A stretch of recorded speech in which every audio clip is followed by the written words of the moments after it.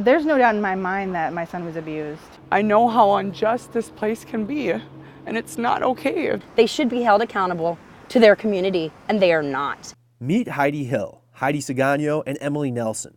They all have very different stories, with one big thing in common, an issue with how Grand Forks Child Protective Services handles cases. I thought that I was being victimized as the victim, and I held a grudge about that for a long time during my fight with social services. At first, Sagano thought her 3 children should have never been taken away from her. It took me about a year and a half before I realized that I had nobody to blame. She says it started with meth and an abusive relationship. I called 911 on my ex. He said that he had hid drugs in my house, didn't remember where he put them.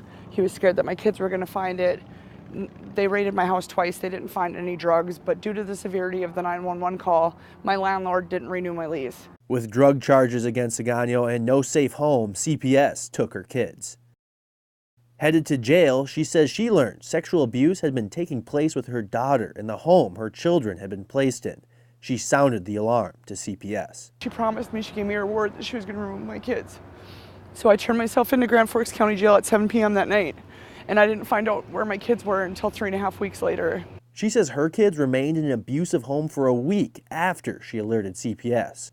Another issue she had with the CPS department is how she learned her kids were going to be adopted by another family. I found out that my kids weren't coming home to me via Facebook. She's planning to sue CPS for social workers breaking confidentiality. She was at the bar drinking and ran into one of my cousins, and she told him that she didn't feel it was right what was happening to me and that they should have gave me another chance. And when my cousin asked her what she was talking about, she told him that they took my kids, that my rights were terminated. It's funny because with one person they might play the confidentiality rule and the other they might not. And I think it just depends on the person and what they think that they can get away with. Heidi Hill actually called CPS herself. It was really hard. I knew that it was the right thing to do. I mean, I felt like I was betraying my daughter, but at the same point, my grandkids were more important. Hill says her daughter's kids were in an unsafe home, and she continually tried to get CPS to intervene on behalf of her grandkids.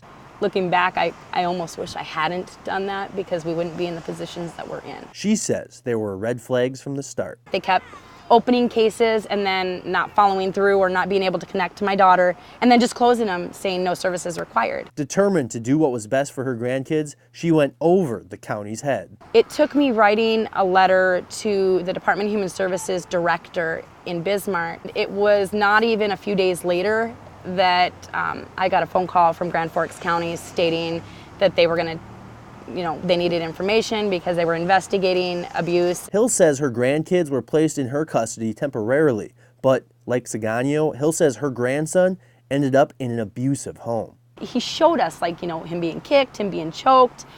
We would share our concerns. I did a 960 report and sent it to the CPS supervisor, and no one ever contacted me. And I did like 3 of them. A 960 is the report that gets filled out when there's suspected child abuse. The reason Hill knows how the system works is because she says she's a social worker and has done this type of work before. A 3.5-year-old shouldn't have inner thigh marks, bruises. I mean, I took pictures of this and we recorded what he said on why he got them. It was because he had pooped in his pants. That's why he has ankle braces, is because every time he would have an accident, he would be abused. She says after months of fighting for her grandson, she and her husband were finally granted temporary custody. But now she says CPS is harassing her.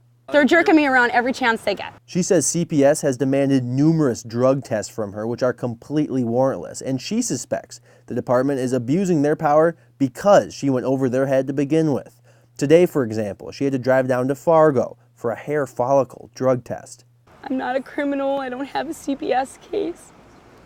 I had to drive from Grand Forks, forget everything that I was doing today in order to come here to do this test to prove, which I don't know why I need to prove, but to prove that I'm not this person that they think they are. And I think what bothers me the most is that I'm a social worker and my integrity is at stake here.